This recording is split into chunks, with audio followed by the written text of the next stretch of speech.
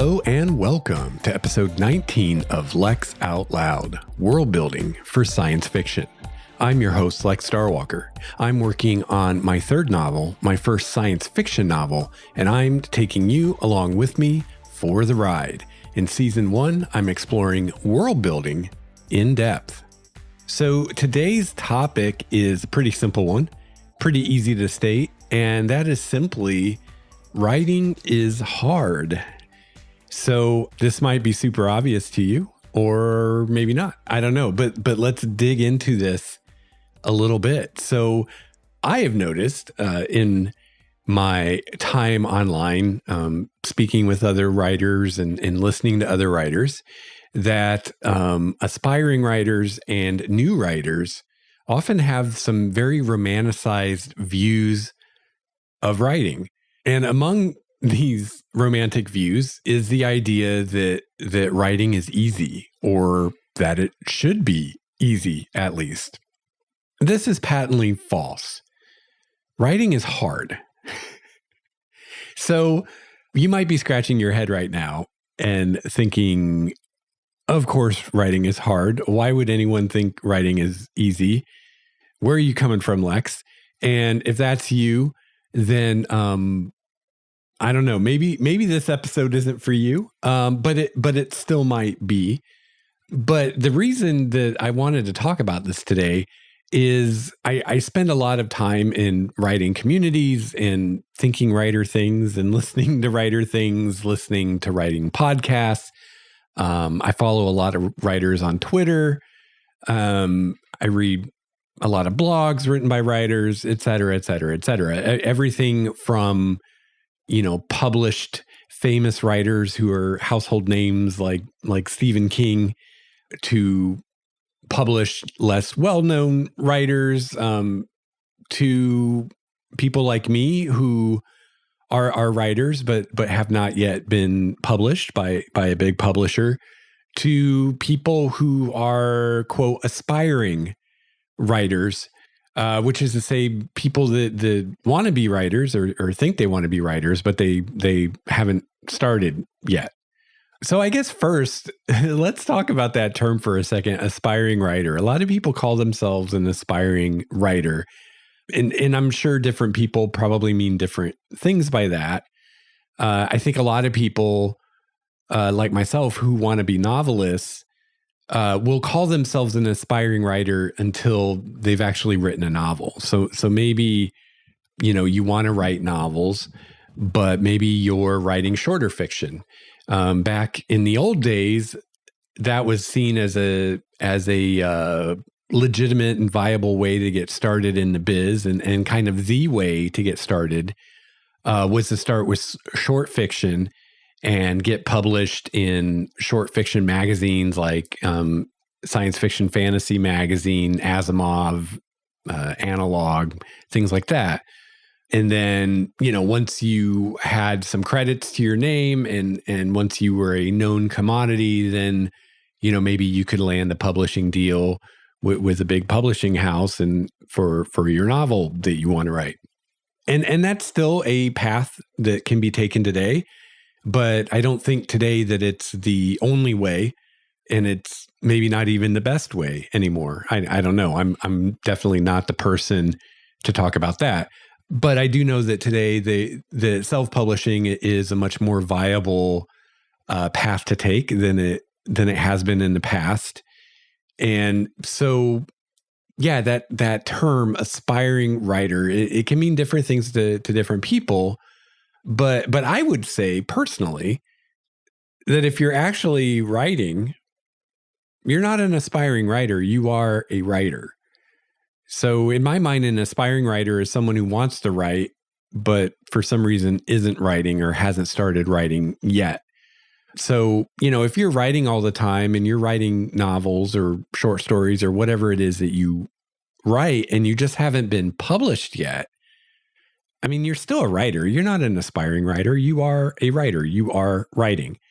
So I don't know. That's kind of a tangent, but I do think it seems like online that a lot of people call themselves aspiring writers who are actual writers. So yeah, that might be more of a dated thing. again, back in the old days where, the only way really to get published and to have your book in front of a lot of eyes was through one of the big publishing houses. Maybe that was more of a thing, but nowadays, lots of people just self-publish on Amazon or wherever.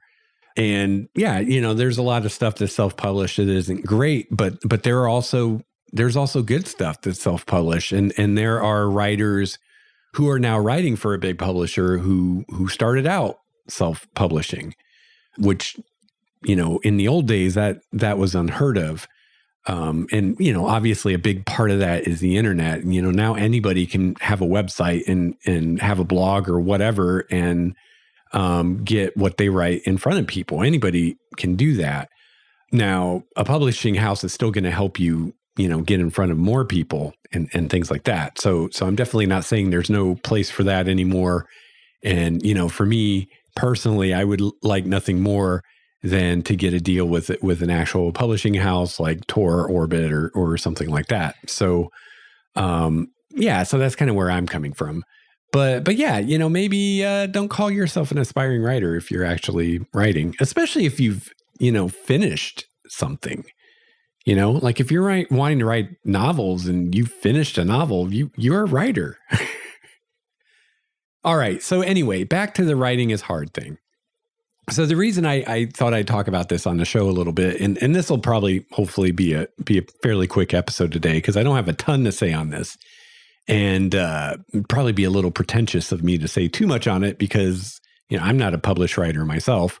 But the reason I wanted to talk about this today is because I do I read a lot of blogs and I follow a lot of writers on Twitter, and I often see or hear comments along the lines of, for a while, writing was really easy. It came really easily to me. The words were just there. They just came out. And now it's hard. Now it's difficult. Or my first book or my first story that I wrote just seemed to write itself. And it was so easy. Now I've got nothing. I don't know what to say. I don't know what to write. Or I sit down to write and nothing comes out. It doesn't flow. Or all these authors, put out a book or more every year. They write every day. When I sit down to write, I don't know what to write. Things like that, variations on a theme. But basically, the common element or the gist here is that writing should be easy, or it used to be easy, but now it's hard.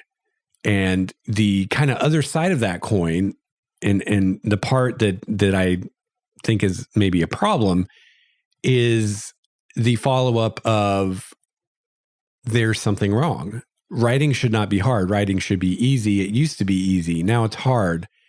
There's something wrong. I'm not a good writer. I'm not cut out to be a writer. There's something wrong with me. I have writer's block, et cetera, et cetera, et cetera. So all of this, I think, is stemming from an assumption that I think is incorrect, which that assumption is that writing is easy or that it should be easy. It's not. Writing is hard. Ask any successful published writer out there, and they'll most likely tell you that writing is hard. I don't know exactly where this misconception comes from that writing is or should be easy and effortless. I mean, yes, occasionally, rarely, it is. Sometimes the words just flow out of you and it almost seems like someone or something else is writing and you're just along for the ride. And it is effortless. I've definitely been there. That can and does happen, but that's not normal. That's not what most of your writing days are going to be like.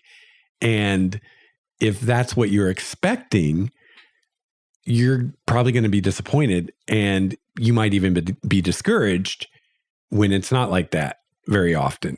In my experience, writing more often than not is hard. It's difficult.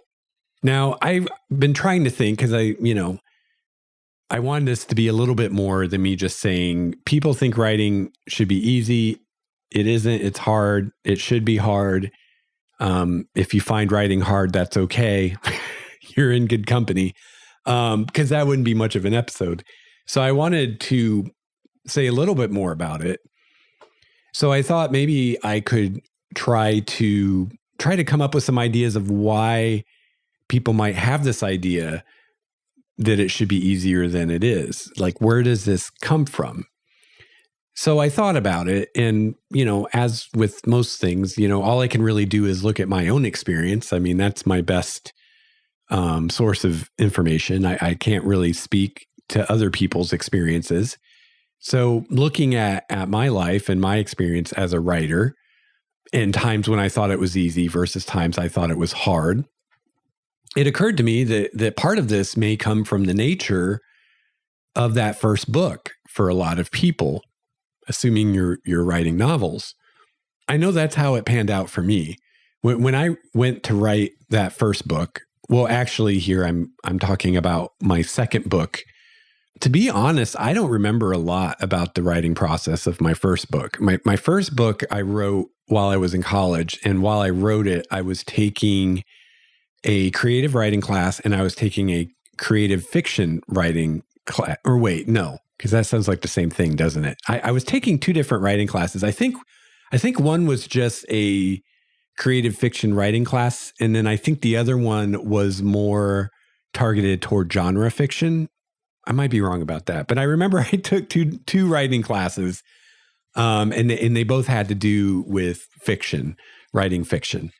And as part of that class, we would have writing assignments, and one of those assignments I just really got into and ended up writing a whole novel based on that assignment. And for those of you that have listened all the way back to the beginning, that was the kind of modern fairy tale that I wrote.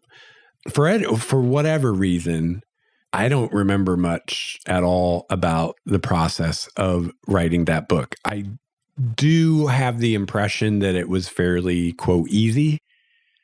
I mean, for one thing, I was just writing it for my own self. I had no intentions of trying to get it published or anything like that, or no even thought of that. It was just something I was writing for myself for fun because I enjoyed it. So that takes a lot or all of the pressure off, which makes it seem more fun. And there was definitely no sense of a deadline or I need to finish this or I need to finish this by a certain time. So I definitely, I'm sure, was only writing when I felt like it and when I knew what I wanted to say. There was no trying to force myself to write it. But yeah, for whatever reason, I don't remember much of the process of that, probably because I was younger, probably because I was in college and I was having way too much fun in college doing things other than studying and writing. So a lot of that time of my life is kind of a blur. But my second book, which is the one I talk about a lot on the show, Dawn of Endless Night, which I wrote, I don't know, about a decade ago. That one I do remember. I do remember very well the process of it for the most part. And that book, I mean, there were parts of it that were difficult to write, that were challenging. There were times when I wasn't sure exactly what came next or how I wanted to tell a scene or whatever. I mean, there was that. It wasn't just effortless the whole way through, but a lot of it was. And when I went to write that second book, I'd been thinking about that story for a long time. Parts of it I had actually come up with for a role-playing game I was running. A lot of the characters I'd come up with for the role-playing game I was running. So when I went to write the novel, I already kind of had it in my mind, already pretty much completely formed. I knew the beginning, I knew the middle, I knew how it was going to end, I knew all the main characters, all this before I ever started writing the first page. So in a lot of ways that made it easier, or at least it made it seem easier, because I just sat down and started writing. I didn't have to think about who are my characters, where is my setting. I didn't have to world build because it was current day Chicago. I mean, I did some research into Chicago, but that's not really the same as world building. The characters were already known to me, the main characters. I already knew the main beats of the story and what was going to happen and all these things. So I didn't have to come up with any of that. So that made it seem a lot easier compared to what I'm doing now, where I'm having to come up with all that stuff. I'm having to do all the world building from square one. I'm having to create all the characters from square one, et cetera, et cetera. And I think this is probably a pretty common thing. I think a lot of first-time writers have probably been thinking about whatever their first book or story ends up being, they've been thinking about that or those ideas for quite some time. I think that's pretty common where people think about a story they want to tell or a book they want to write for quite a while before they actually start doing it. Before they even start writing this thing, they've probably already put quite a few hours into it, thinking about it before they ever start writing that first page. So I think that alone can make it seem like it's coming more easily to you, especially, after that, when you then go to write the next book and now you are starting out at square one, like I am now. And suddenly it seems more difficult because it's like, well, when I started writing the first novel, I was writing about things I've been thinking about for maybe a few months or even a few years before that. So I already had a lot of ideas for it already. Maybe like my discussion of my second book, maybe you already knew pretty much the whole story, how it was going to play out, and you knew the characters and all that stuff. So it just seems a lot easier in that kind of situation to write than when you start a new project and you're starting completely from square one. You don't even have any ideas yet. I think another aspect to this, for at least some people or a lot of people, could be the difference between someone who's just writing for fun and someone who's writing professionally. If you're just writing for fun, like me with my very first book I wrote, then you can afford to just write when you feel like it. You can write when the mood strikes you, when it just seems like it'd be fun to write. You can write when you feel especially inspired or you know exactly what you want to write next. However, if you're writing professionally or you're trying to, you kind of have to write every day, right? The pros don't just write whenever they feel like it. They write every day. You can't afford to only write on the quote good days if you're going to do this for a profession. So learning to be able to write when you need to, even if you're not feeling it, that can be hard, and that can make the whole thing seem harder. So obviously, all these things can add together, right? So maybe someone like me writes their first book for fun, and they're only writing on the good days, the days when they're super inspired, or they know exactly what they want to write and how they want to write it. And they finish that first book and they think, this is what I want to do with my life. I want to be a writer. So they start the next book. But now they're trying to be a pro about it, right? Now they're learning, well, what do professional writers do? And they learn, well, most professional writers write every day. So, maybe that first book took them years to write, from the moment they first started thinking about it to the moment they finished it.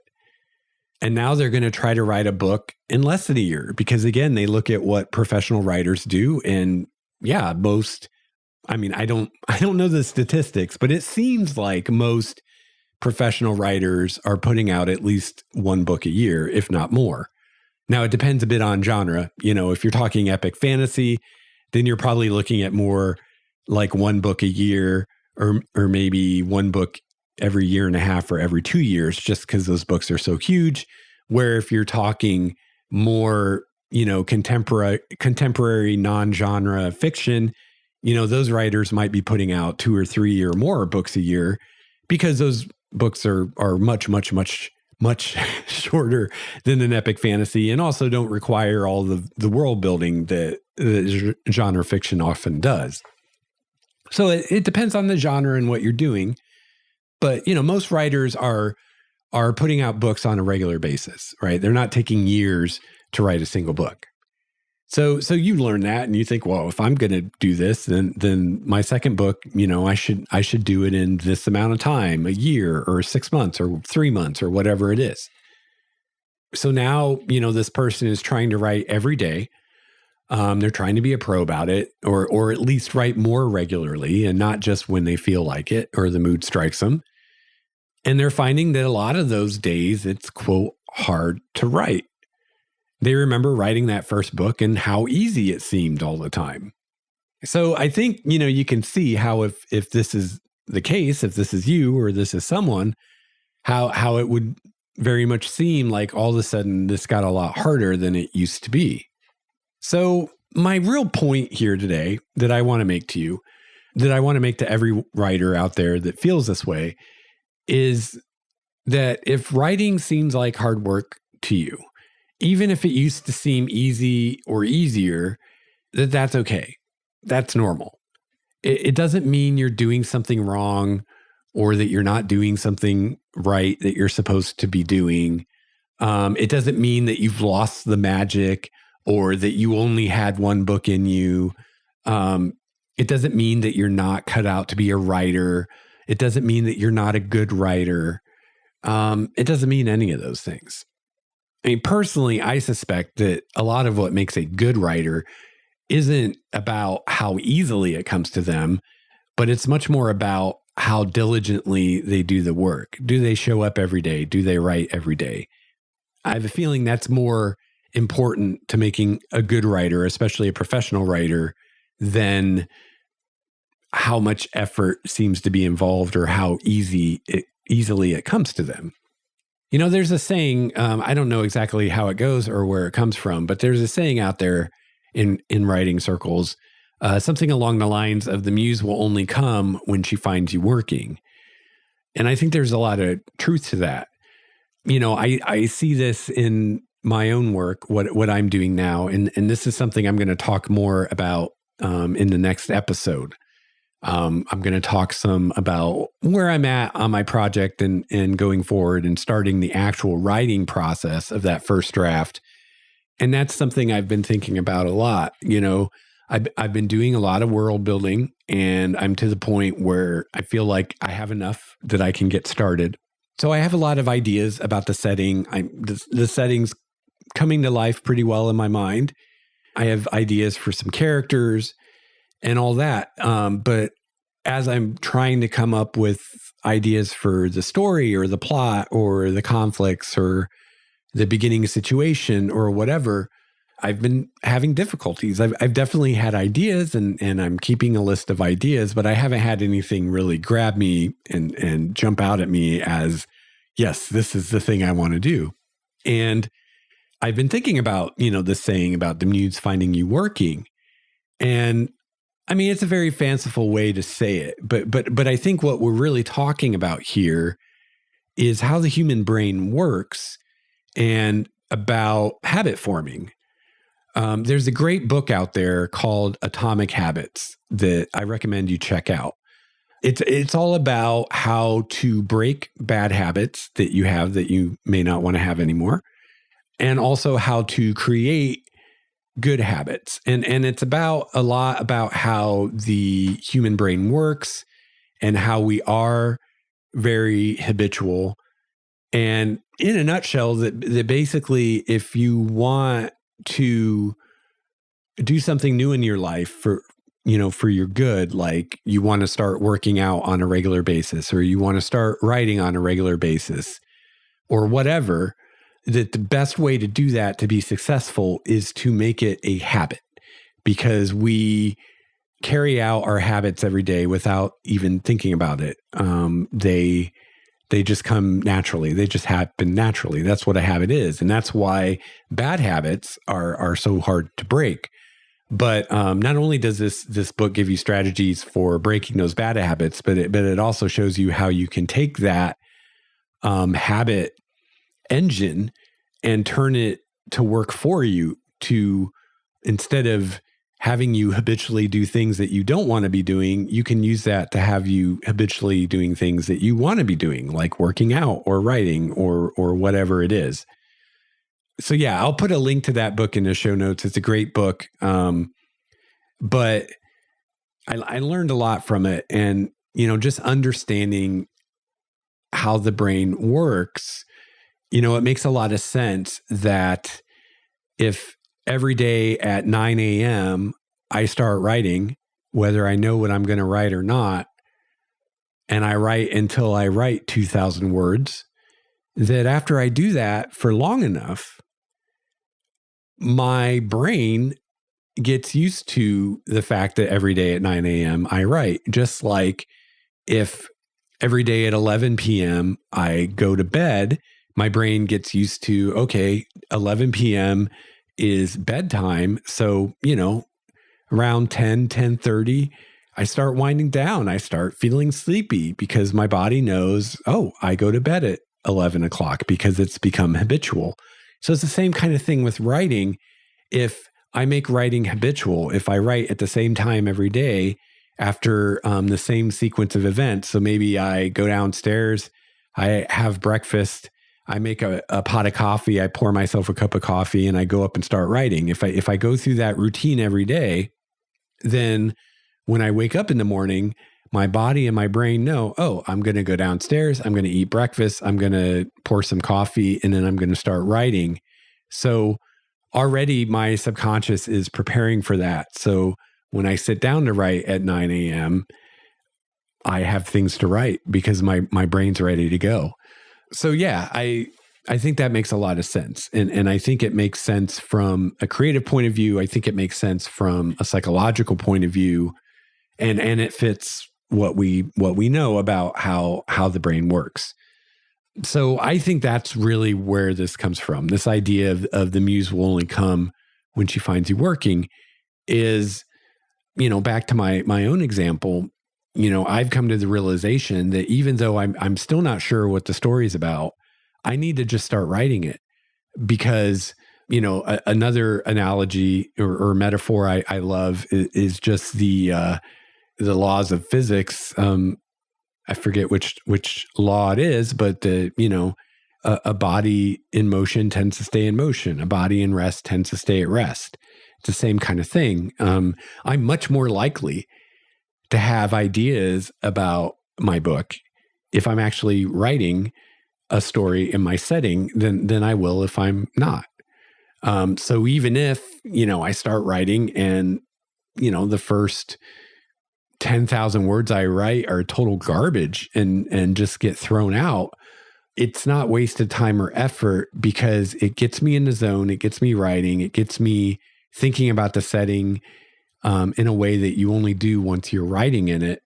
And it makes it much more likely that those ideas will come to me if I'm actually already writing. But yeah, a lot of those days, I'm probably not going to feel like it. A lot of those days, words aren't just going to spill effortlessly onto the page. A lot of those days, it's going to take effort. It's going to take discipline. It's going to take work. It's going to be hard because writing is hard. And I guess my final thought on it is, of course it is. I mean, if writing were easy, everybody would do it, right? Or at least a lot more people would do it. I mean, I don't know what percentage of the population are writers, but it's a pretty small percentage. It's got to be. So, I mean, that alone kind of tells you that it's probably hard, right? If it were easy, a lot more people would do it. People are always looking for an easy way to make a buck. So if writing were an easy way to make a buck, there'd be all kinds of people taking a stab at it. So yeah, writing's hard. It's supposed to be hard. And, there will be times when it's easy, and those are wonderful times. And sometimes you're just really stoked about what you're doing, and the ideas are just flowing, and the words are just flowing, and everything's just coming together. And those times are great. And those are when, at least for me, I can really hit some amazing word counts and really crank out a lot of words in a relatively short amount of time. But it's unrealistic to expect it to be like that all the time, or even most of the time. It's just not the way it is. So don't be discouraged if you find it difficult. If you feel like you're pushing a big rock uphill, don't let that discourage you. That doesn't mean you can't write. It doesn't mean you're not a good writer. You're in very good company. Again, pretty much every published writer I've heard talk about writing has said, if not in so many words, has said that writing is hard and it is not easy and it doesn't just come to you. So yeah, you're in good company. All right. So yeah, that's really all I have to say about that. I don't want to just keep beating a dead horse here. And besides these, some of these recent episodes have gotten really long. I've had quite a few episodes recently, over an hour long. And, my intent with this show was always to keep it under an hour. And especially as I get in into writing this first draft. I'm going to have a lot less time for this anyway. So yeah, I'm going to try to keep the episodes a little shorter and more digestible for you as well, hopefully. So yeah, if you have any comments or thoughts on this topic, definitely let me know. I'd love to hear what you think.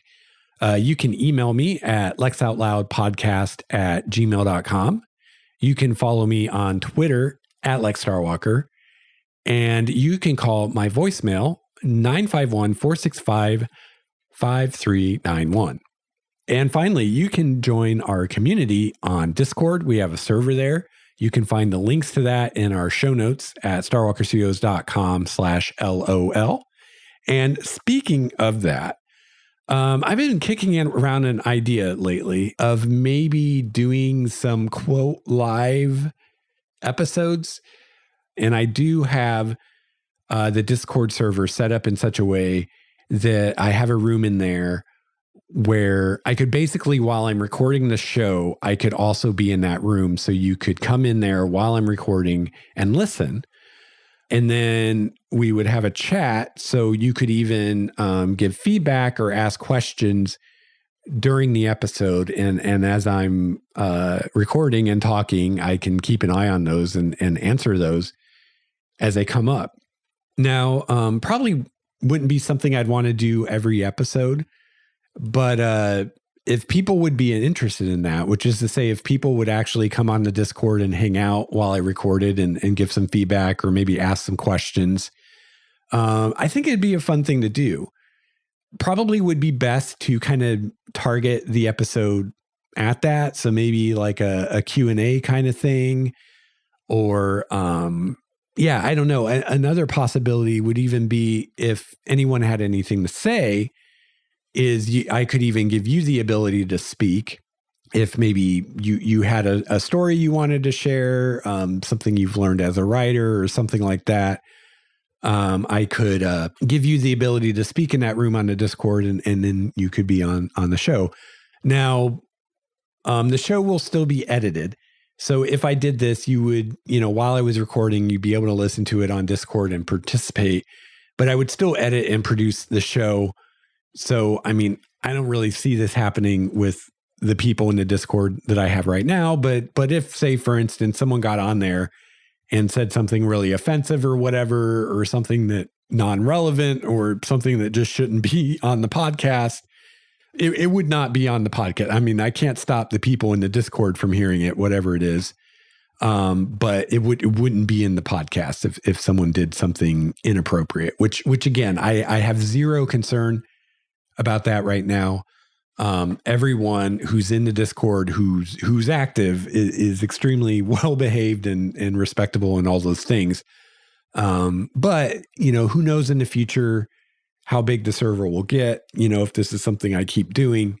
So I just want to put that out there that the show will still be, the podcast that comes out in its final form will still be edited, so I can still cut out anything that shouldn't be in there, or just edit for clarity or brevity or whatnot. So if that's something you'd be interested in, let me know. The main reason I wouldn't want to do it every episode is just because the only way I could see that working is if I had a steady production schedule, which is to say, if I recorded at the same day and time every week, so that people could plan to be there. And that's the kind of thing that's mostly been holding me back from this is that is not the case. I don't even necessarily record on the same day every week. It tends to be on Thursday or Friday because, I get all my other stuff done first before I do the podcast. So I tend to do it towards the end of the week, but sometimes it's on Thursday. Sometimes it's on Friday. Sometimes it's in the morning. Sometimes it's in the afternoon. Also, I'm in Pacific time. And I know, a lot of people are in different time zones. So afternoon for me, if you're in Eastern time, is evening for you, or morning for me is afternoon for you. So even if there are a lot of people that would be interested in this, you may not be available when I actually record because you might be at work or whatever. But the first step of this is seeing how many people would be interested, because maybe if there's just a few people interested, we can find a time that works for everyone. And for that one episode, I can kind of schedule when I'm going to record it. If there's a lot of people interested, then, maybe I can just find a general time that works for the most people and then just try to record at that time. But yeah, the first step is to see the interest, because it's possible that no one will be interested, or there will only be a few people interested and we can't find a time that works for all of us. But it'd be something that would be fun to do if people are interested. Right now I'm thinking it would be audio only, but I could also have video as well, probably. I do have the equipment for that. I just have to make sure my software is up to date and make sure I can do it. But I could probably have video as well for people in the Discord. So let me know if that's something you'd be interested in and you would actually come and be in the Discord for that, assuming it was a good time for you. Let me know. And then if there's enough interest in that, we can try to figure something out. So if there is interest, I will be trying to coordinate that in the Discord itself. So yeah, the first step would be to join our Discord and then let me know in the public room, which is called the Peanut Gallery, that you'd be interested in this, and then keep an eye on it. And then if there's enough interest, I'll be in there trying to figure out with you all what would be a good day and time to do this. But if this is something we're going to do, I think sometime in the next few episodes would be a good time to do it, as we're kind of wrapping up the world building stuff. Might be fun to do an episode like that. And also, if you would like to participate and you have an idea for a good topic to discuss on such an episode where we could have some participation from listeners, let me know. I'm definitely open to ideas. All right. So yeah, that's it for today. Thank you so much for tuning in. Next time, I'm going to be talking about the next phase of the project for me, and also kind of the next phase for the podcast and what you can expect going forward. So keep an eye out for that. Should be out in a week or so. And until then, keep writing.